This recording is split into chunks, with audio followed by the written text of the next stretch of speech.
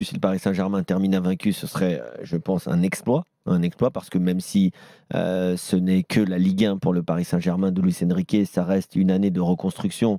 Et on l'avait dit, hein, on l'avait dit depuis plusieurs années d'ailleurs que le PSG, fallait qu'il change de politique, fallait qu'il s'appuie sur un coach qui a vraiment les rênes, sur une direction sportive qui était vraiment en accord avec les choix qui seront faits sur le terrain et inversement. Et qu'ensuite, on pensait que c'est comme ça que le Paris Saint-Germain arriverait vraiment à créer une équipe et un vrai collectif. Mais faut les gagner les matchs. Faut les gagner les matchs. En plus, ils n'ont jamais vraiment été. Le problème, le problème. Ce qui est très beau, c'est que non seulement ils sont invaincus, mais en plus, je me rappelle pas vraiment d'un match où ils sont en difficulté, où ils égalisent à la dernière Oui, tu as seconde. l'exemple de Leverkusen qui finit invaincu l'année dernière Ouais. en sauvant des matchs Il y dans avait les des arrêts de jeu. Il miracles. n'y a pas eu beaucoup ça. Il y avait des miracles. Ouais. Au PSG, je me rappelle pas d'un match où ils sont vraiment en difficulté. Genre, ils sont menés tout le match et ils égalisent à la dernière seconde. Non, non, ils ont souvent vraiment marché sur leurs adversaires. Et c'est pour ça que, franchement, ce qu'ils font, c'est exceptionnel. Sans une très grande star, mais quand même avec des stars, avec un budget, certes, parce que je vois arriver les anti-parisiens qui vont dire oui, mais ils ont 800 millions d'euros de budget, c'est 2 ou 3 fois plus que le deuxième, etc. Mais n'empêche que, encore une fois, et je reprends le discours pour le coup d'Habib Bey il y a quelques semaines qui disait qu'on joue que 2 fois contre le Paris Saint-Germain, donc à la rigueur, voilà, tu peux avoir 6, 10 points de retard.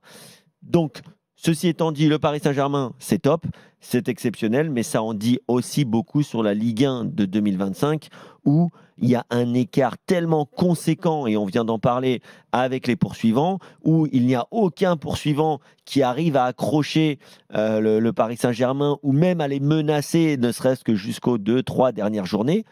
Et c'est là où j'ai envie encore une fois de féliciter le Lens de Francaise, ou bien sûr alors, encore plus le Lille de Galtier, ou même le Brest de Éric Roy l'année dernière, qui ont quand même réussi à se rapprocher un peu plus du Paris Saint-Germain et ne pas les faire être champions quasiment début avril et valider ça à la mi-avril.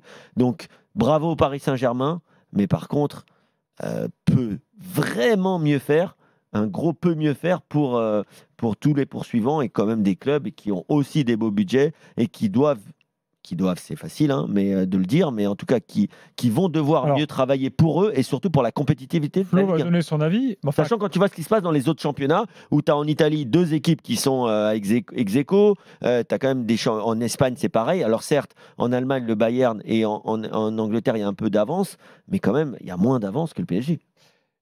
on va bien sûr avoir l'avis de Flo, mais quand Arsenal fait sur sa grande année, je veux dire, le niveau. Si tu parles du niveau, tu dis oui, en gros. Attends, mais t'as vu les joueurs qu'ils ont dans l'équipe Arsenal? Non, mais à l'époque, personne n'a dit la première ligue est nulle.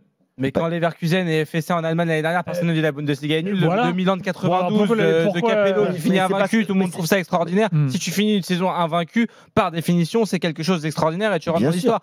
Kevin, t'as parlé de deux choses différentes parce que effectivement, non, être champion aussitôt et le manque de compétitivité, ça tu peux Mais c'est parce que le mettre en personne n'a exergue. réussi à vraiment challenger le Paris Saint-Germain surtout. Oui, mais de Mais finir. Mais attends, mais tu te rends compte? Bien sûr, c'est un exploit. Je n'enlève rien. Mais par contre, Monaco, Marseille. S'ils y arrivent, encore une fois, il leur reste Mais Monaco, 4 en matchs. tout cas, c'est pour pas fait l'instant, encore. déjà c'est déjà un exploit à 4 matchs de la fin.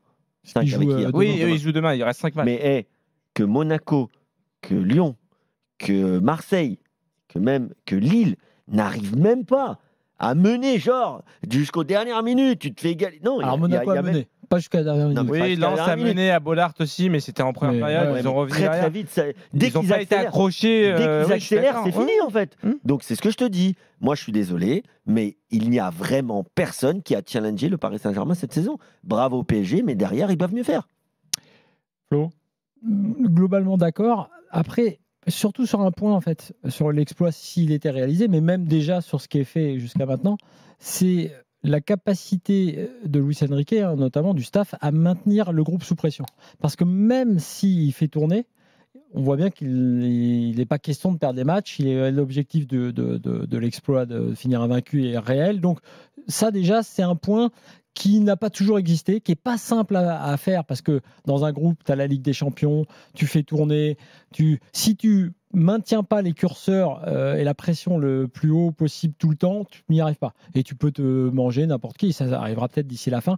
Je pense que ça va être le plus dur. C'est comme de maintenir une eau à ébullition douce, c'est très compliqué. Il ne faut pas que ça déborde, faut pas non plus que ébullition, pardon. Faut pas non plus que ça baisse trop vite. Donc là, moi je trouve que c'est l'exploit, mais il est plus, on va dire, interne au PSG. Après, effectivement, je reviens sur le deuxième point. L'exploit sera pour moi quand même, un peu amoindri par le fait que, effectivement, je suis super déçu par les poursuivants. Et je vais même aller plus loin parce que les poursuivants qu'on a encensés trop tôt, à mon avis, dans la saison, sur ce qu'ils ont fait en Coupe d'Europe.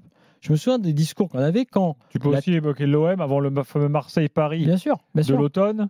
Où on les voyait challenger le PSG. Et voilà. En fait, avec Kevin, on est la team Luis Enrique depuis le début de la saison, donc on peut le dire, dans le début de l'épopée, on va dire, du PSG en Coupe d'Europe, ils ont failli passer à la trappe, c'était compliqué, et à ce moment-là, on dit, tu te rends compte, la honte, ils vont peut-être passer à la trappe, alors que tu as vu ce que font Lille, Brest, Monaco.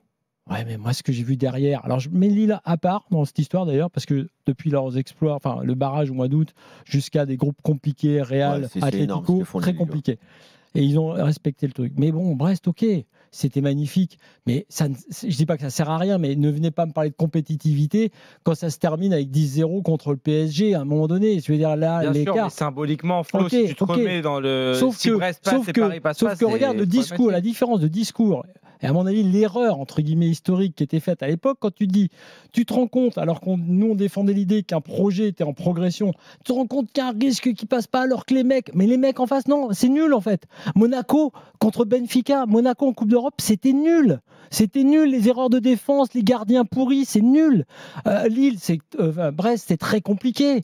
Donc Nice en Coupe d'Europe, c'est nul. Donc en fait, si tu veux, aujourd'hui, cette année en Ligue 1, on a dit au début, on est bien cette année en Coupe d'Europe, moi je trouve que c'est pas mal. Arrête, c'est pas bon.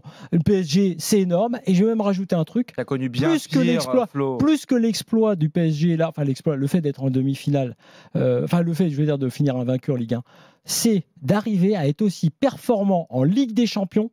Alors que dans ton truc, c'était un problème qu'on mettait sur la table, alors que dans ton propre championnat, tu n'as effectivement cette année pas eu de combat à mener, de duel important. Ils ont eu aucun match. Et ça, je trouve ça plus fort de te présenter devant City, Arsenal maintenant et évidemment contre Liverpool, alors que on le disait, c'était un débat avant de se dire, dis non.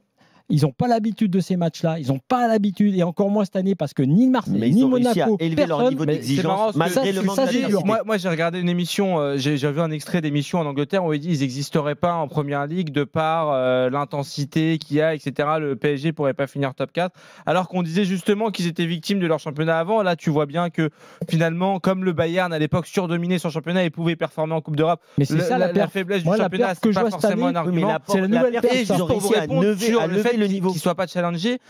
Je parle juste de l'invincibilité. Je peux vous rejoindre sur le propos et le fait que les challengers ne sont pas au niveau, mais souvent, dans les autres années, le PSG avait plié la compétition, parfois même avant cette année, et les défaites qu'il y a eu, c'était pas des défaites contre des gros, contre des challengers, c'était des matchs où voilà, tu n'étais pas motivé, tu as pu perdre des matchs contre des petits, à Reims parfois, tu perdais pas contre tes challengers numéro 1. C'est le côté. Mais c'est là la performance. La performance, c'est pas le fait que les challengers n'arrivent pas à les attraper, c'est que mentalement, tu arrives même contre des petits, entre guillemets, à te dire je garde la motivation et je réussis à gagner ces matchs-là. Ce que tu ne faisais pas avant, tu laissais passer des points. Il y a-t-il un match où ils peuvent trébucher? Nantes demain à Nantes. Je pense Strasbourg. Nice au Parc des Princes. Avant Arsenal. Strasbourg-Paris. Entre les deux matchs et à Strasbourg. Et ensuite, il y a un match à Montpellier et la réception d'Auxerre.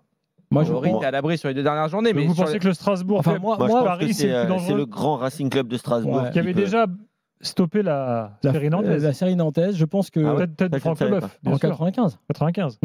Je pense que le grand Francky. Ça, ce serait dingue, ça, si Francky joue plus. Non, mais si Strasbourg bloque encore une série. Il peut revenir avec ses Skechers et hop, il te met une tête sous la barre. Non, mais sans les. Avec ses Skechers. Incroyable. Ou alors, c'est quoi l'autre marque, l'autre pub qu'il fait là? Ouais, c'est la bagnole qu'il a acheté d'occasion. Les voitures d'occasion. Non, mais très, plus sérieusement. J'ai regardé 3 vidéos sur YouTube avant l'émission. Il y avait 3 vidéos, c'était Francky. Incroyable. Francky, c'est le mec de 98 qui fait encore des pubs de 30 ans plus tard. Ce match-là, le Strasbourg-PSG, il est placé quand même entre les deux matchs d'Arsenal. Ouais. Ce qui fait que même par rapport à tout ce qu'on vient de dire sur la capacité de Luis Enrique et du staff à maintenir leurs joueurs sous pression, là, il faut arriver à maintenir quand même ton groupe entre 2 matchs de Coupe d'Europe. Après, à Strasbourg contre une grosse équipe entre guillemets de Ligue 1. Non, mais moi j'ai peur du match de Nice pour le PSG. J'ai une question pour Jimmy. Tu nous dis que le PSG c'est exceptionnel, etc. Je l'ai dit, il n'y a pas de problème. Ce n'est peut-être pas la première fois, mais l'équipe B du PSG, elle gagne aussi la Ligue 1 en fait. Et ça, c'est quand même ce qu'on voit tous les week-ends quand il faut tourner. Ils font pas tourner tous les week-ends déjà. Tous les week-ends. Pas la notion de j'ai pas dit qu'il faut tourner tous les week-ends. J'ai dit tous les week-ends où ils ont fait tourner. Ouais. Ils ont aussi roulé sur leurs adversaires. Ils n'ont plus fait tourner contre les gros. Voilà, là tu tournes contre le Havre.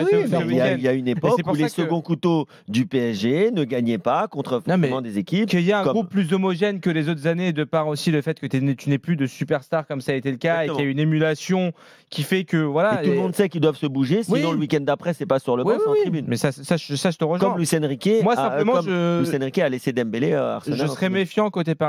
Le Nice de Farioli avait gagné au Parc il y a 2 ans. Dans l'histoire récente, c'était qualifié aussi en Coupe de France au Parc. L'histoire récente, Nice, ils réussissent plutôt pas mal.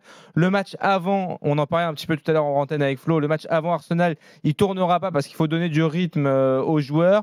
Souvent, quand tu es dans le match d'avant, un match aussi important que cette demi-finale aller, voilà, tu as le risque de te blesser, tu t'appréhendes un petit peu, tu es déjà peut-être dans le match d'après. C'est ce match-là, moi, qui me fait peut-être plus peur que Strasbourg. Pardon, Gilbert.